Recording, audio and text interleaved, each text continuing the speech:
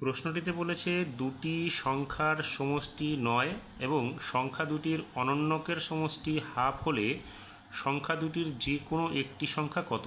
এখানে অপশন রয়েছে, অপশন থেকে উত্তরটা আমাদের বেছে নিতে হবে।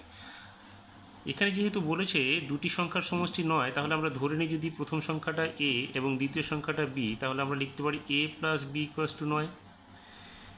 আবার বলেছে কি সংখ্যা দুটির অনন্যকের সমষ্টি হাফ, তাহলে অনন্য কী হবে 1/a plus 1/b equals to 9 হবে, হাফ হবে।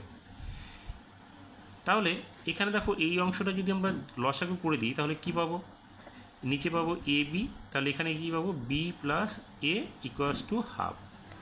আমরা দেখো এ প্লাস বি এর মান কত পেয়েছি, প্রশ্নানুসারে 9 পেয়েছি, তাহলে এখানে এ প্লাস বি ইকুয়ালস টু 9 আর এখানে বি প্লাস এ একই হবে।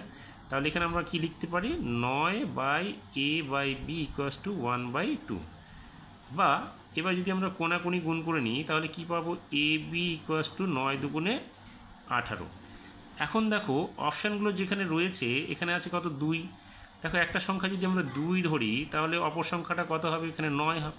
এখানে 9 আছে, তাহলে 2 আর যোগ 7 তবে হবে 9। তাহলে 2 এর সঙ্গে 7 গুণ করলে কি 18 পাবো, পাবো না।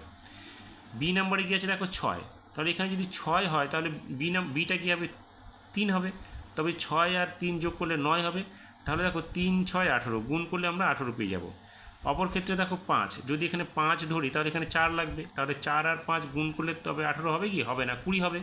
এখানে আছে 4, তাহলে এটাকে 4 ধরলে পরের সংখ্যাটা 5 হবে, তাহলে 4 5 20, তাহলে 4 আর 5 গুণ করলে তো 18 আসবে না। সেক্ষেত্রে দেখো 6 ধরলে আমাদের এখানে হয়ে যাচ্ছে 6 যোগ 3, তাহলে 9 পাবো, এবং 6 আর 3 গুণ করলে আমরা 18 পাবো। সেক্ষেত্রে উত্তরটা হবে আমাদের কত, বি নাম্বার।